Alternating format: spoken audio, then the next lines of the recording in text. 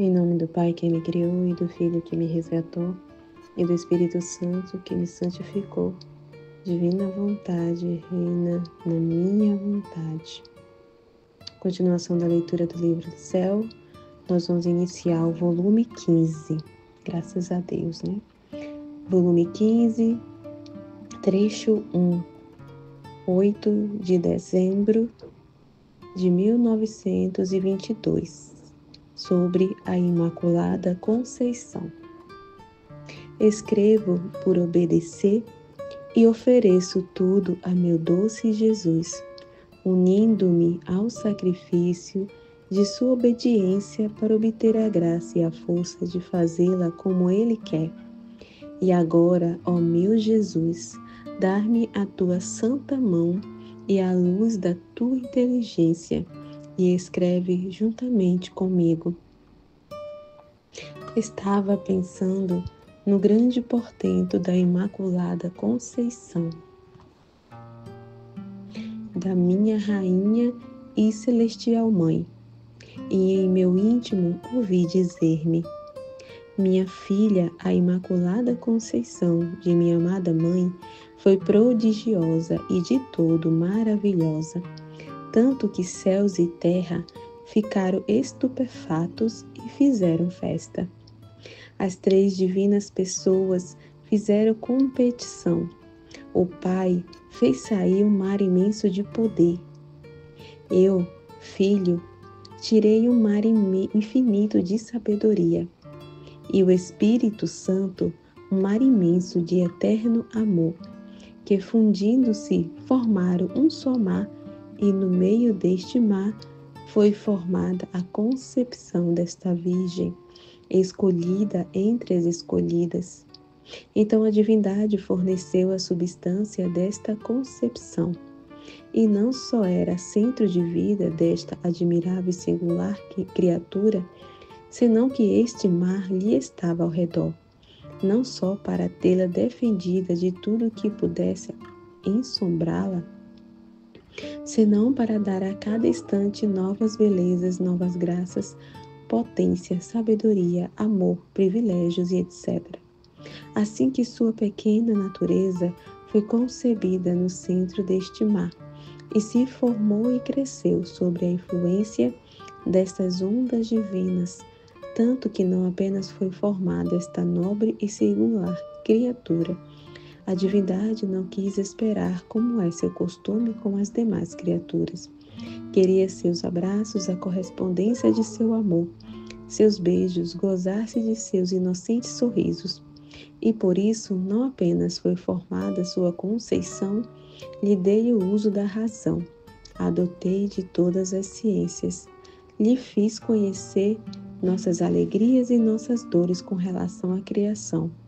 E desde o seio materno, ela vinha ao céu, aos pés de nosso trono, para nos dar os abraços, a correspondência de seu amor, seus ternos beijos, e lançando-se em nossos braços, nos sorria com tal complacência de gratidão e agradecimento, que arrancava nossos sorrisos.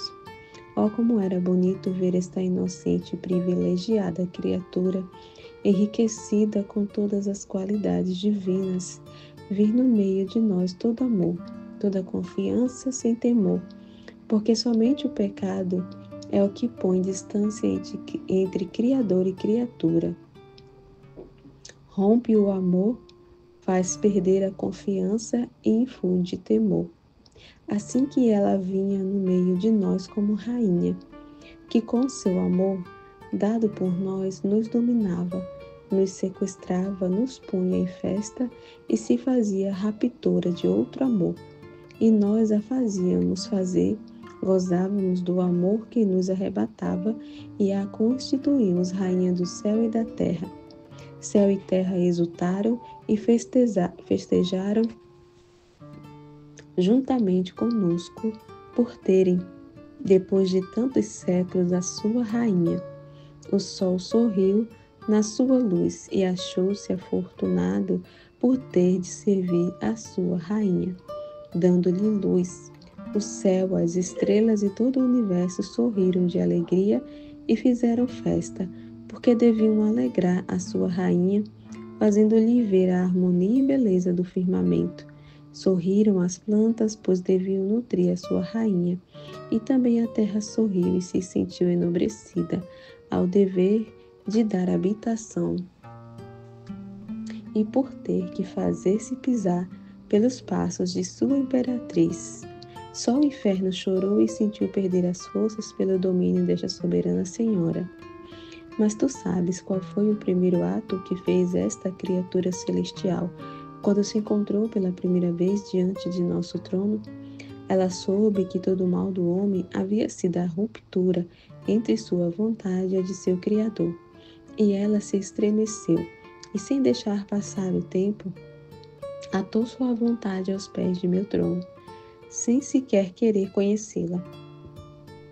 E minha vontade se amarrou a ela e se constituiu centro de vida, tanto que entre ela e nós se abriram todas as correntes, todas as relações, todas as comunicações, e não houve segredo que não lhe confiássemos. Foi precisamente isto o mais belo, maior, mais heróico ato que ela fez: pôr a nossos pés sua vontade, e que a nós, como arrebatados, nos fez constituí-la rainha de todos. Vê então que significa atar-se com minha vontade e não conhecer a própria? O segundo ato que fez foi oferecer-se a qualquer sacrifício por amor nosso.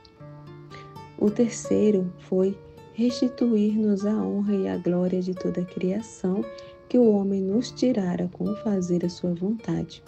E ainda desde o seio materno chorou por amor nosso, porque nos viu ofendidos e chorou de dor pelo homem culpado.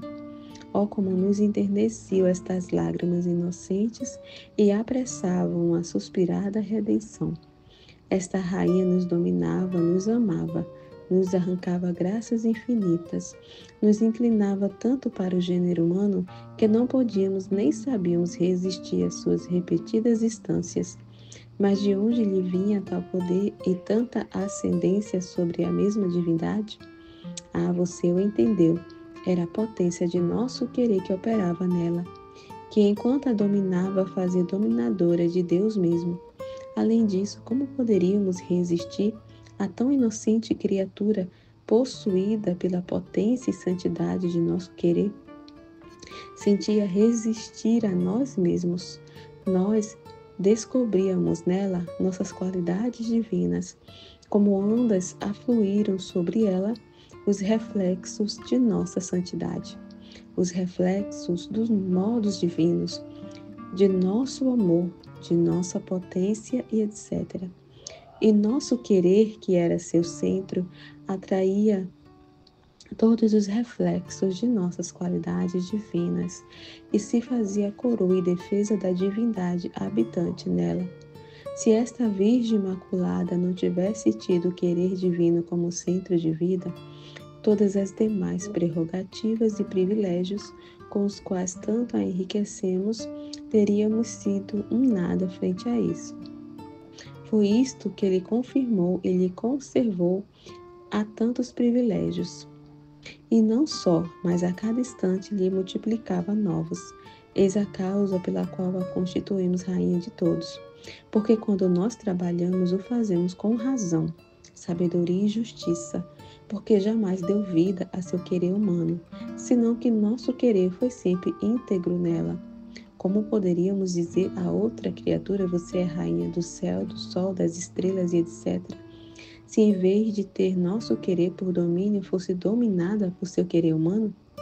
Todos os elementos céu, sol, terra ter-se-iam subtraído do regime e domínio dessa criatura.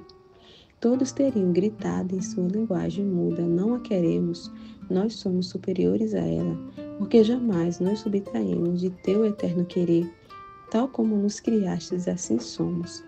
Teria gritado o sol com sua luz, as estrelas com seu brilho, o mar com suas ondas e assim por diante.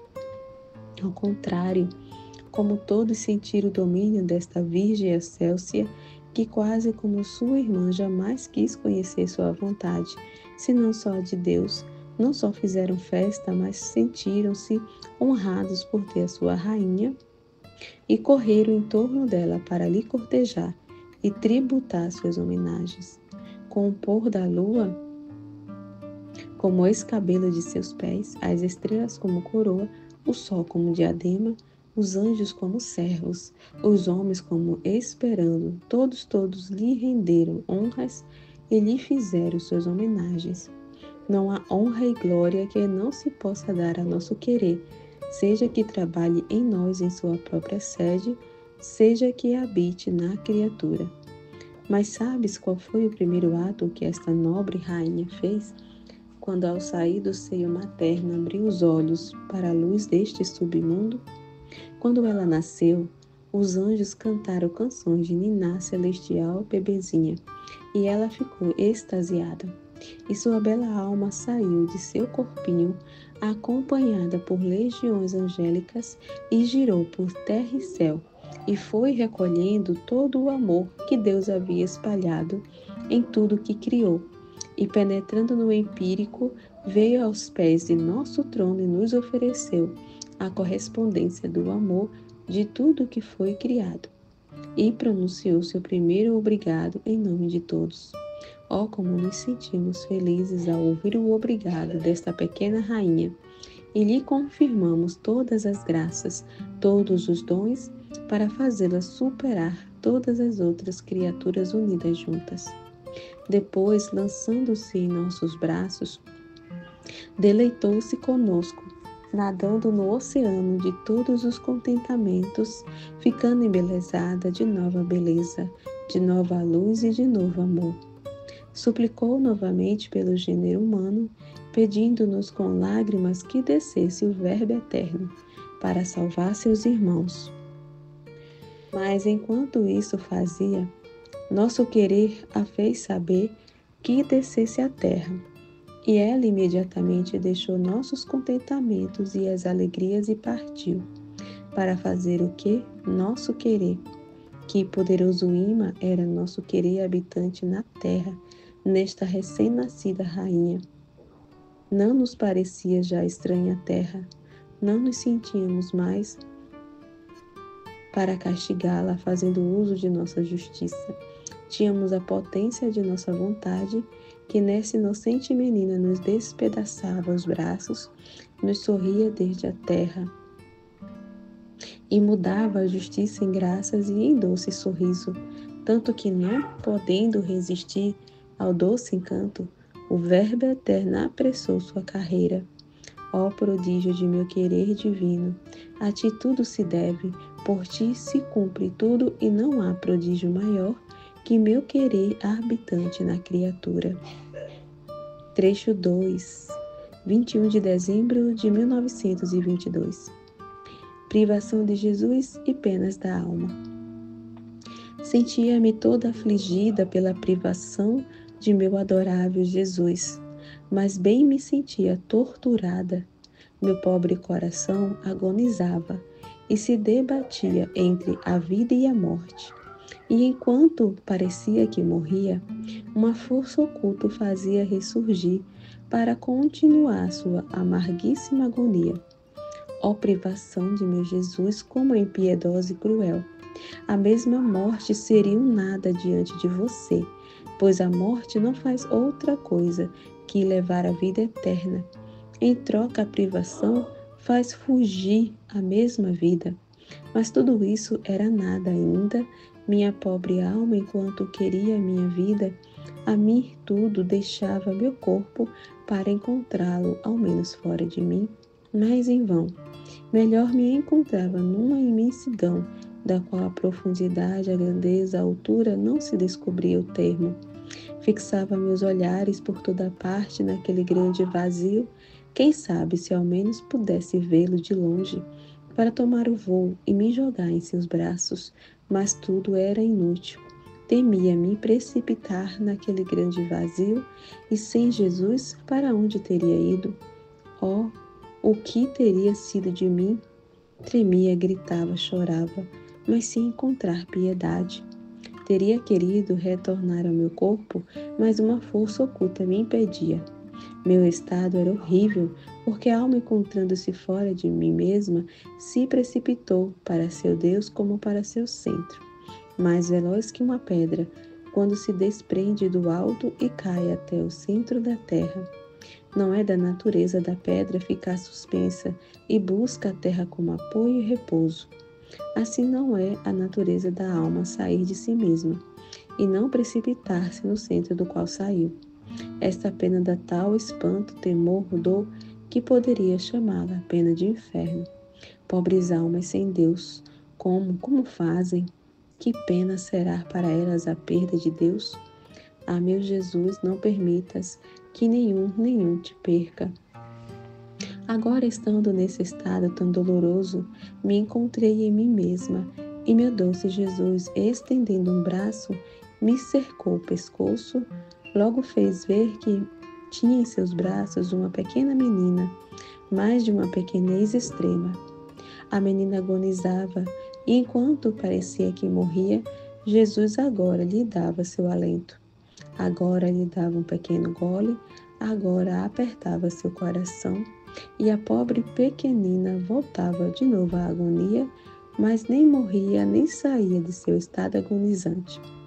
Jesus era toda atenção, vigiava, assistia, sustentava. Não perdia nenhum movimento desta criança agonizante. Eu sentia como repercutir no fundo de meu coração todas as penas daquela pobre pequena. E Jesus, me olhando, me disse: minha filha, esta pequena menina é sua alma.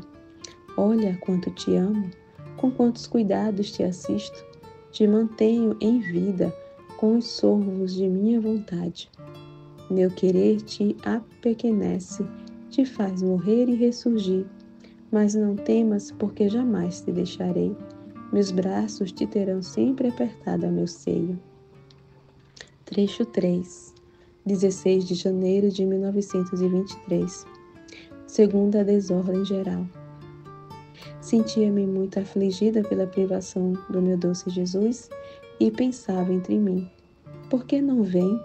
Quem sabe no que o ofendi, que se esconde de mim?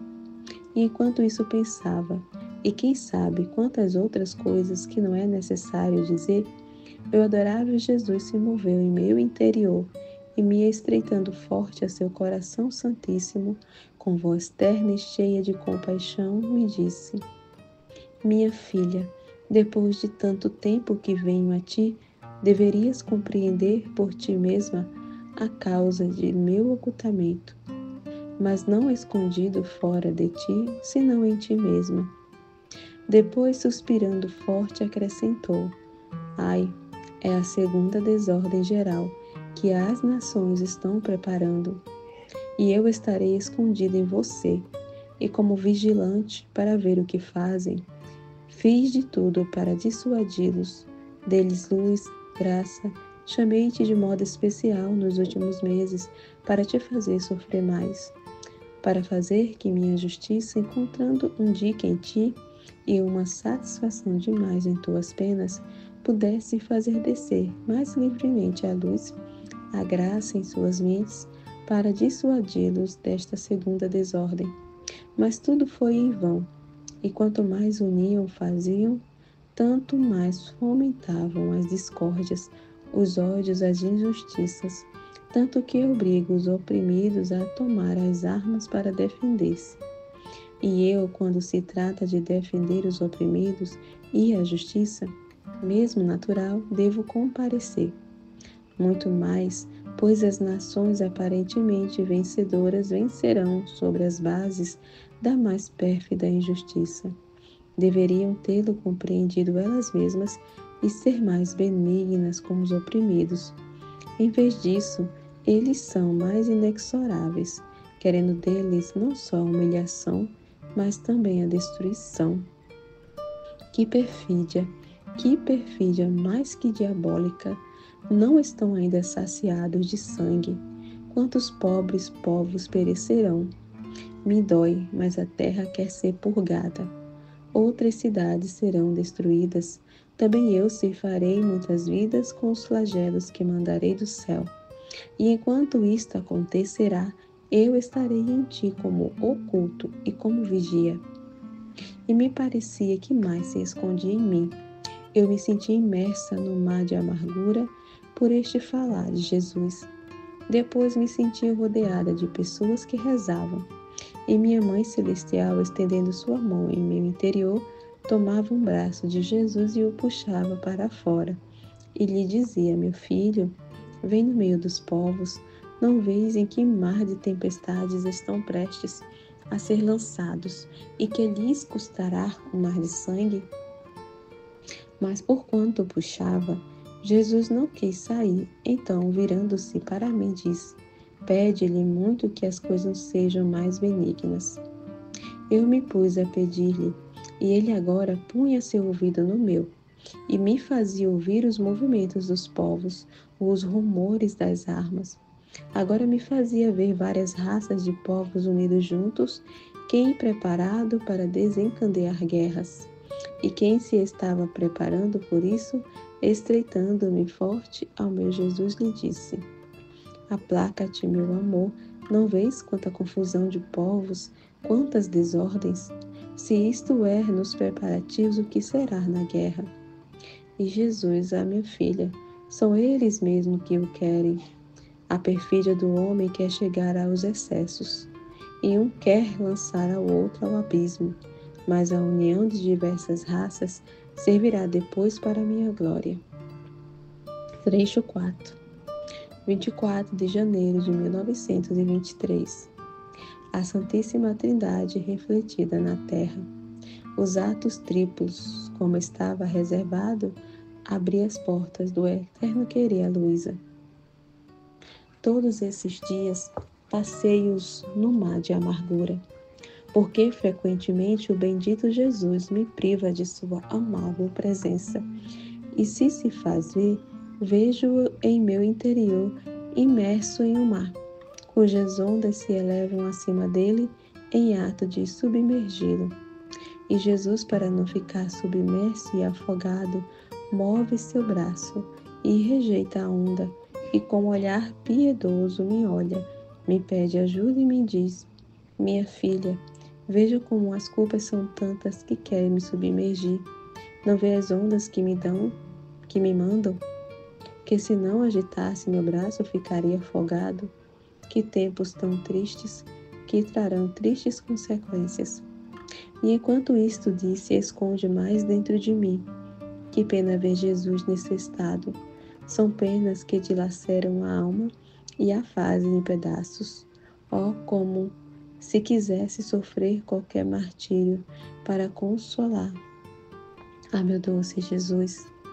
Depois desta manhã me parecia que meu amável Jesus não podia mais, e fazendo uso de seu poder, saiu desse mar cheio de todas essas armas prontas para ferir e também para matar, que dava terror só olhá-lo, e apoiando sua cabeça sobre meu peito, todo aflito e pálido, mas belo e de uma beleza que raptava, me disse: minha querida filha, não podia mais, e se a justiça quer seu curso, também meu amor quer seu desabafo, e fazer seu caminho. Por isso saí desse mar horrível que me formam as culpas das criaturas, para dar campo ao meu amor, para vir me desabafar com minha pequena filha de minha vontade. Também você não podia mais, escutei o estertor de sua agonia por minha privação, naquele mar horrível, e tendo posto todos de lado, corri a ti para desabafar e fazer-te desabafar em amor comigo, para te dar de novo a vida. E enquanto dizia isto, apertava-me fortemente a ele, beijava-me, punha-me a sua mão na garganta para me aliviar da dor que ele mesmo me tinha dado, porque há dias, havendo-me puxado com força os nervos da parte do coração que corresponde à garganta, fiquei como que sufocada. Meu Jesus era todo amor e queria que eu lhe devolvesse os beijos. as carícias, os abraços que ele me dava. Depois disto, compreendi que queria que eu entrasse no mar imenso da sua vontade, para ser aliviado do mar das culpas das criaturas. E eu, estreitando-me mais forte a ele, disse: Meu amado bem, junto contigo quero seguir todos os atos que fez tua humanidade, na vontade divina. Aonde chegou tu quero chegar também eu, para fazer que em todos teus atos encontre também o meu. Então, assim como sua inteligência na vontade suprema percorreu todas as inteligências das criaturas para dar ao Pai Celestial a glória, a honra, a reparação por cada um dos pensamentos de criatura em modo divino e selar com a luz, com a graça de tua vontade cada pensamento delas, assim também eu quero percorrer cada um dos pensamentos, desde o primeiro até o último, que terá vida nas mentes humanas, para repetir o que está feito por ti. Além disso, quero unir-me aos pensamentos de Nossa Celestial Mãe, que nunca ficou para trás, mas que sempre correu junto contigo, e com os pensamentos que fizeram seus santos. A estas últimas palavras, Jesus olhou para mim e todo ternura me disse: Minha filha, na minha vontade eterna encontrarás todos os meus atos, assim como todos os de minha mãe, que envolviam todos os atos das criaturas, desde a primeira até a última que deverá existir, como dentro de um manto. E este manto, como formado em duas partes, uma elevava-se ao céu para dar ao meu Pai, como a vontade divina, tudo o que as criaturas lhe deviam: amor, glória, reparação e satisfação. A outra parte ficava para a defesa e ajuda das criaturas. Nenhum outro entrou em minha vontade divina para fazer tudo o que fez minha humanidade. Meus santos fizeram minha vontade, mas não entraram dentro para fazer tudo o que faz minha vontade e tomar como de um só golpe todos os atos, do primeiro até o último homem, e tornar-se ator, espectador e divinizador. Com fazer minha vontade não se chega a fazer tudo o que meu eterno querer contém, senão que desce na criatura limitada, por quanto a criatura pode conter. Só quem entra dentro se amplia, se difunde como luz solar nos eternos voos de meu querer, e encontrando as minhas ações e as da minha mãe, põe neles o seu. Olhe em minha vontade. Há outros atos de criatura multiplicados nos meus, que cheguem até o último ato que deve cumprir-se sobre a terra. Olhe bem, não encontrará nenhum. Isto significa que nenhum entrou. Estava reservado abrir as portas de meu eterno querer à pequena filha minha, para unificar seus atos aos meus e os de minha mãe, e tornar triplos todos os nossos atos perante a majestade suprema e para o bem das criaturas. Agora, havendo abertas as portas, podem entrar os outros, desde que se disponham a um bem tão grande. Então continuei junto com Jesus, girando em sua vontade, para fazer o que estava feito por ele. Então, olhamos juntos para a terra, quantas coisas horríveis se viam, e como continuos preparativos para a guerra, que faz estremecer, e toda tremendo, me encontrei em mim mesma. Pouco depois voltou e continuou a falar de sua santíssima vontade, dizendo-me: Minha filha, minha vontade no céu continha ao Pai, ao Filho e ao Espírito Santo. Uma era a vontade das três divinas pessoas, enquanto eram distintas entre elas, mas a vontade era uma, e esta sendo a única que operava em nós, formava toda a nossa felicidade, nossa igualdade de amor, de potência, de beleza, etc. Se em vez de uma vontade fossem três vontades, não poderíamos ser felizes, muito menos tornar felizes aos demais. teríamos sido desiguais na potência, na sabedoria, na santidade, etc. Assim que nossa única vontade, obrante em nós, é todo o nosso bem, do qual brotam tantos mares de felicidade, que nenhum pode penetrar até o fundo. Agora nossa vontade, vendo o grande bem do agir, sozinha, em 3 pessoas distintas, quer operar sozinha em 3 pessoas distintas na terra, e estas são a mãe, o filho, a esposa. Delas quer fazer brotar outros mares de felicidade, que levarão bens imensos a todos os viajantes. E eu toda maravilhada lhe disse: meu amor, quem será esta mãe afortunada, este filho e esta esposa, que refletirão a Trindade sobre a terra, e que tua vontade será uma nelas? E Jesus: como? Não compreendeste? 2 já estão em seu posto de honra, minha Mãe Divina e eu, Verbo Eterno, Filho do Pai Celestial e Filho da Mãe Celestial. Com encarnar-me no seio dela, fui seu próprio filho. A esposa é a pequena filha de meu querer. Eu estou no meio, minha mãe à direita e a esposa à esquerda, conforme minha vontade obra em mim. Faz o eco à direita e à esquerda, e forma uma só vontade. Por isso derramei tantas graças em ti. Abri as portas de meu querer, te revelei os segredos, os privilégios que ele contém, para abrir tantos caminhos, para te fazer chegar o eco do meu querer, a fim de que, perdendo o teu, pudesses viver com a minha vontade. Não estás contente? E eu, obrigada a Jesus, e rogo-te que siga o teu querer. Trecho 5. 3 de fevereiro de 1923. Os 2 agonizantes. Sentia-me faltar a vida pela privação do meu doce Jesus, e se move meu interior, faz-se ver naquele mar espantoso das culpas das criaturas. Então, não podendo mais, me lamentava forte, e ele, como comovido por meus lamentos, saiu como fora daquele mar, e estreitando-me, disse-me: minha filha, o que tens? Ouvi os teus lamentos, o estertor da tua agonia, e fiz tudo o que pude para vir em teu socorro e para te sustentar. Minha filha, paciência.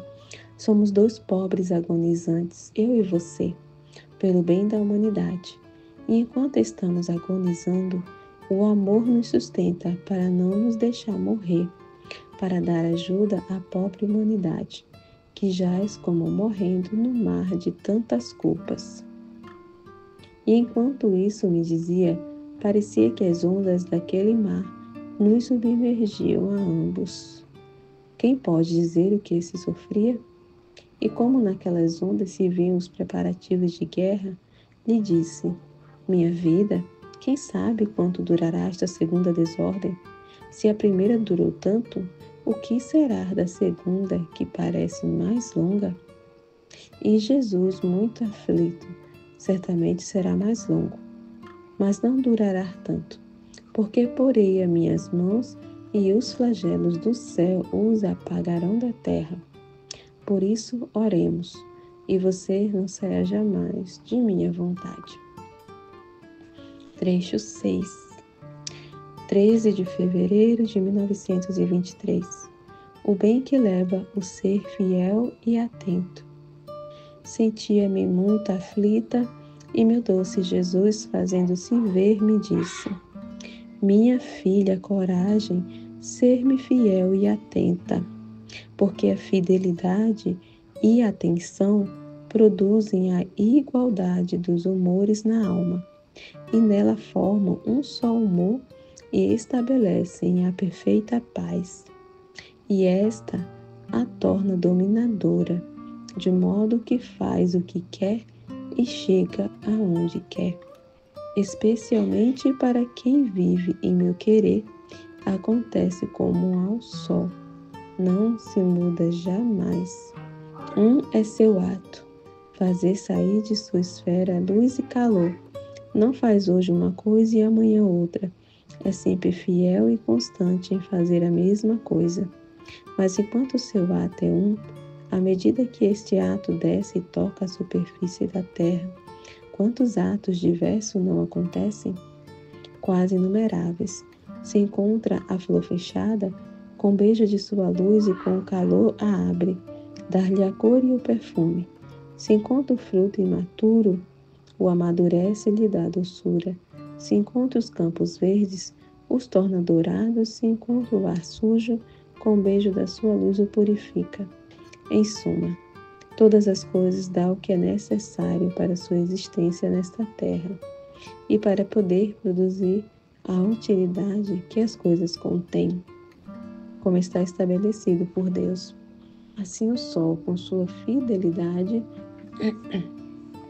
e com fazer sempre a mesma coisa, é o cumprimento da vontade divina sobre todas as coisas criadas. Oh, se o sol não fosse sempre igual em dar sua luz, quantas oscilações, quantas desordens haveria sobre a terra, e o homem não poderia fazer nenhum cálculo, nem sobre seus campos, nem sobre suas plantas, e diria: se o sol não me manda sua luz e seu calor, não sei quando devo colher, nem quanto maduros serão os frutos. Assim acontece para a alma fiel e atenta. Em minha vontade, um é seu ato, mas os efeitos são inumeráveis. Em troca, se é inconstante e desatenta, nem ela, nem eu podemos fazer nenhum cálculo, nem fixar o bem que pode produzir. Trecho 7. 16 de fevereiro de 1923. A cruz que deu a divina vontade a nosso Senhor. Jesus, para operar a redenção perfeita e completa, devia fazê-la no âmbito da eternidade. Estava a fazer a minha adoração ao crucifixo, abandonando-me toda em seu amável querer. Mas enquanto isso, senti que meu amável Jesus se movia em meu interior e me dizia: minha filha, vamos, apresse-se, faça seu curso no meu querer, vá repassando tudo o que fez minha humanidade na suprema vontade, a fim de que aos meus atos e aos de minha mãe se juntem os seus. Está decretado que se uma criatura não entra no querer eterno para voltar triplos nossos atos, este supremo querer não desce à terra para fazer seu caminho nas gerações humanas, que é o cortejo dos atos tríplices para fazer-se conhecer, por isso se apresse. Jesus fez silêncio e eu me senti como se estivesse voltada para o santo querer eterno, mas não sei o que fazia, só sei dizer que encontrava todos os atos de Jesus e eu neles colocava o meu. Depois voltou a falar-me: minha filha, quantas coisas fará conhecer minha vontade, do que fez minha humanidade nesta vontade divina. Minha humanidade, para obrar a redenção completa e perfeita, devia fazê-la no âmbito da eternidade. Eis a necessidade de uma vontade eterna. Se minha vontade humana não tivesse tido consigo uma vontade eterna, todos meus atos teriam sido atos limitados e infinitos. Em troca com ela, eram intermináveis e infinitos.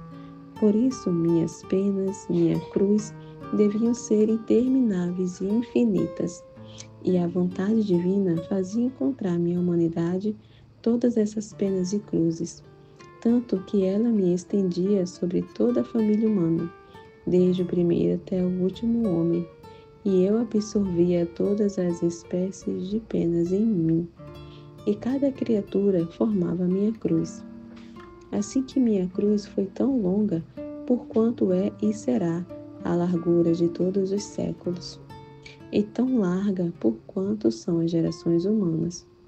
Não foi só a pequena cruz do Calvário, onde me crucificaram os hebreus, esta não era outra coisa que uma semelhança da grande cruz na qual me tinha crucificado a suprema vontade.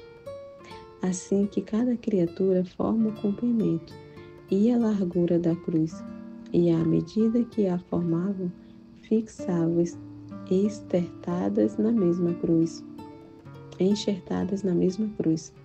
E o querer divino me estendendo sobre ela e crucificando-me, não só formava a minha cruz, mas a de todos aqueles que formavam essa cruz.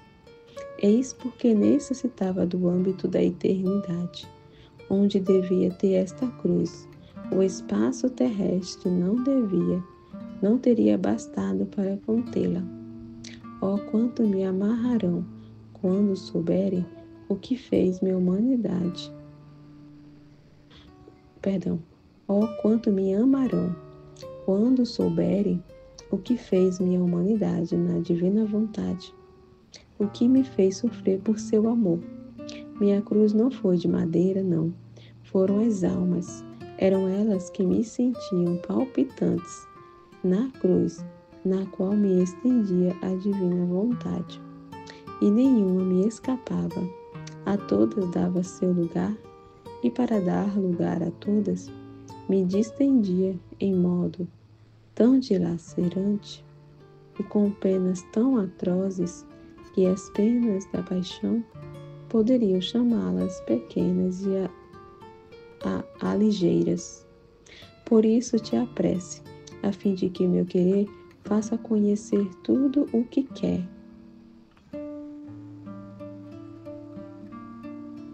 Tudo o que quer o querer eterno, que operou em minha humanidade. Este conhecimento resgatará tanto amor que as criaturas se renderão e o farão reinar em meio delas. Agora, enquanto dizia isto, mostrava tanta ternura e tanto amor que eu, maravilhada, lhe disse: meu amor, por que mostras tanto amor quando falas de tua vontade, que parece como se de dentro de ti quisesses fazer sair outro tu mesmo pelo grande amor que mostras, enquanto se falas e outras coisas não se vê em ti este excesso de amor. E ele: minha filha, queres saber? Quando eu falo de minha vontade, para fazê-la conhecer a criatura, eu quero infundir-lhe minha divindade. Por isso, outro eu mesmo. E meu amor transborda tudo para fazê-lo. E a amo como a mim mesmo. Eis porque você vê que enquanto falo de meu querer, meu amor parece como se saísse de seus confins para formar a sede de minha vontade no coração da criatura. Ao contrário, quando falo de outra coisa, são minhas virtudes que, infundindo, e segundo as virtudes que lhe vou manifestando, agora amo como Criador, agora como Pai, agora como Redentor, agora como Mestre, agora como Médico e etc. Portanto, não há aquela exuberância de amor como quando quero formar outro eu mesmo. Trecho 8, 22 de fevereiro de 1923. Medo ao fingimento, quem deve subir mais alto que todos, deve descer no mais baixo. Eu estava muito angustiada pelo pensamento de que meu estado era um fingimento contínuo. Que golpe cruel é isso para mim? Chama-me todas as desgraças, põe-me por debaixo de todos os desgraçados e até dos mesmos condenados. Alma mais perversa que eu nunca existiu na terra, mas o que mais me dói é não poder sair desse estado de fingimento, pois confessaria a minha culpa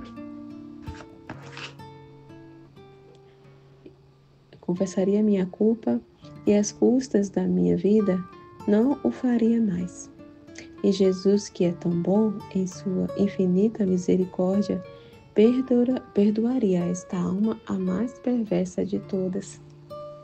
Então, depois de ter passado uma destas tormentas, O meu sempre amável Jesus fez-se ver, e eu lhe disse: amado Jesus meu, que pensamento feio é esse? Ah, não permita que exista em mim o fingimento. Mande-me a morte antes que te ofenda com o vício mais feio, como é o fingimento. Isto me aterroriza, me esmaga, me aniquila, me arranca de seus doces braços e me põe sob os pés de todos, mesmo dos mesmos condenados. Meu Jesus, tu dizes que me amas muito, e depois permite esta separação de minha alma de ti? Como teu coração pode resistir ante tanta dor minha? E Jesus, minha filha, coragem, não te abatas. Quem deve subir mais alto que todos, deve descer no mais baixo, abaixo de todos. De minha mãe, rainha de todos, se diz que foi a mais humilde de todos, porque devia ser superior a todos. Mas para ser mais humilde que todos, devia descer no mais baixo, por baixo de todos. E minha mãe celestial, com o conhecimento que tinha de seu Deus Criador, e quem era ela, criatura, descia tanto no baixo, que à medida que ela descia, assim nós a elevávamos, mas tanto que não há nenhum que a iguale. Assim é de ti, a pequena filha de meu querer, para lhe dar o primado em minha vontade, devendo elevá-la sobre todos, a faço descer ao mais baixo, por debaixo de todos.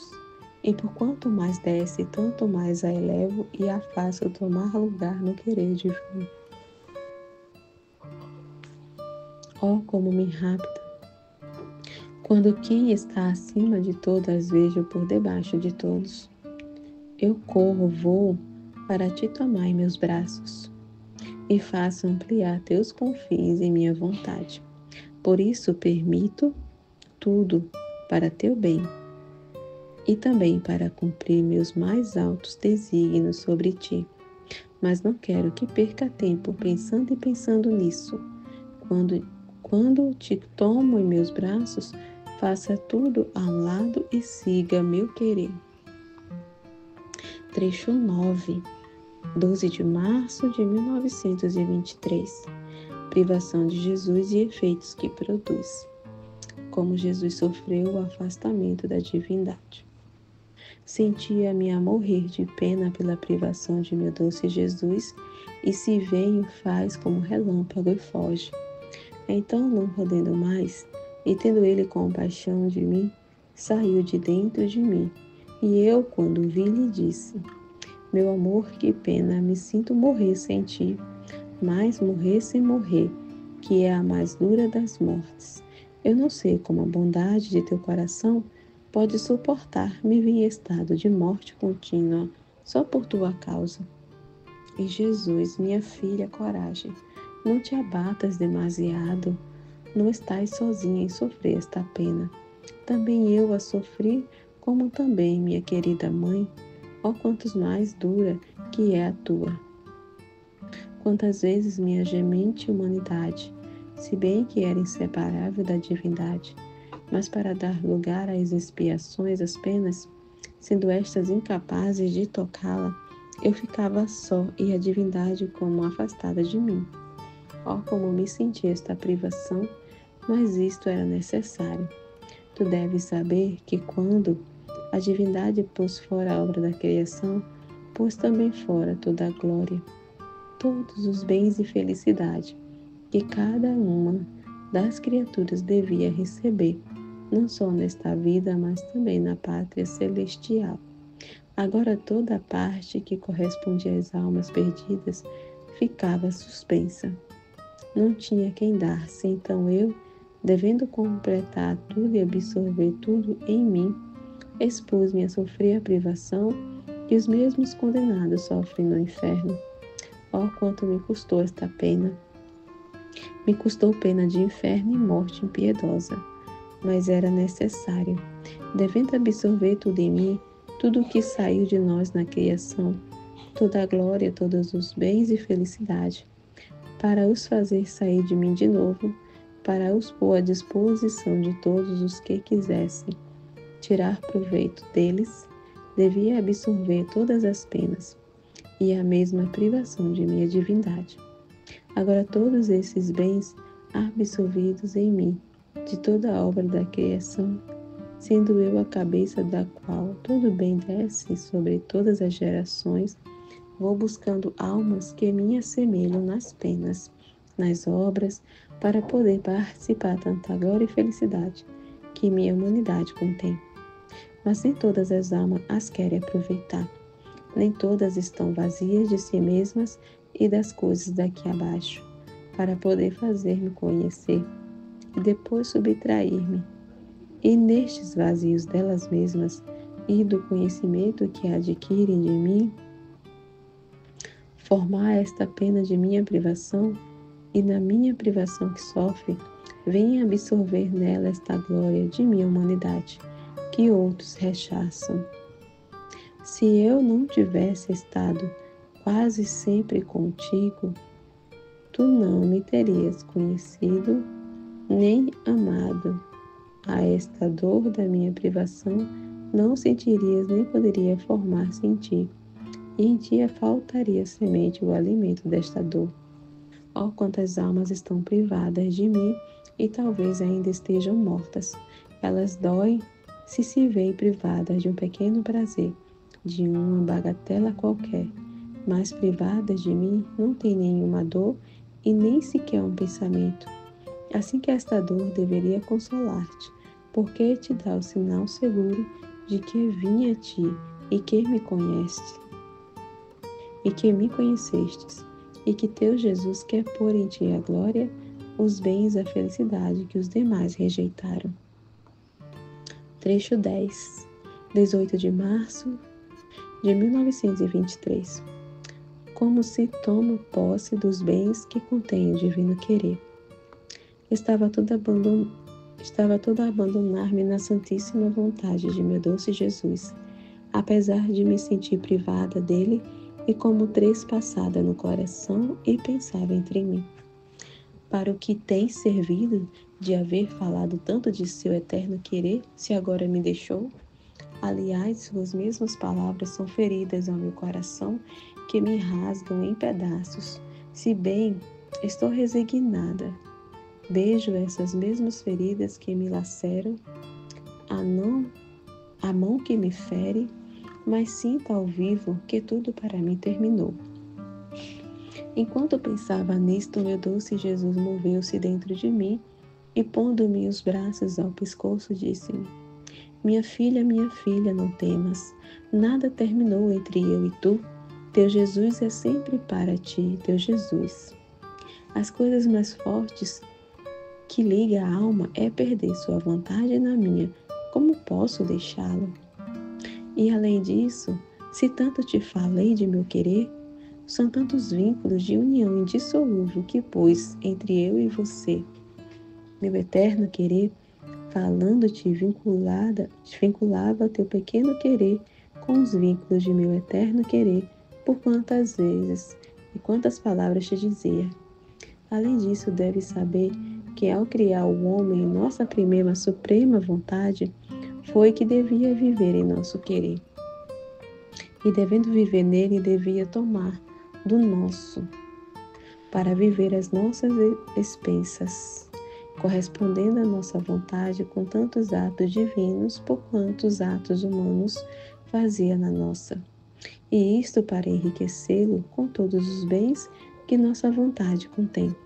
Mas o homem quis viver em seu querer às suas expensas, e por isso se exilou de sua pátria e perdeu todos estes bens. Assim que meus bens ficavam sem herdeiros, eram imensos e nenhum os possuía. Então entrou minha humanidade para tomar posse de todos esses bens, com viver a cada instante neste querer eterno. Quis viver sempre às suas expensas, nascer, crescer e padecer, obrar e morrer no eterno beijo do supremo querer. E como vivia nele, assim me foi dada a posse dos muitos bens desocupados que o homem grato tinha posto no esquecimento. Agora, minha filha, minha sabedoria infinita, com te haver falado tanto de meu querer, não foi só para te dar a simples notícia, não, não. Foi para te fazer conhecer o viver em meu querer, os bens que há nele, e enquanto fazes o caminho nele, tomas a posse deles. Minha humanidade fez tudo, tomou posse de tudo. Não para mim só, mas para abrir as portas a meus demais irmãos. Esperei tantos séculos, passaram tantas gerações, esperarei ainda, mas o homem deve retornar a mim sobre as asas de meu querer, de onde saiu. Por isso seja tu a primeira bem-vinda e minhas palavras te sirvam de estímulo para tomar posse, e de correntes que te atem tão forte que não te deixem jamais sair de minha vontade. Amém, Fiat.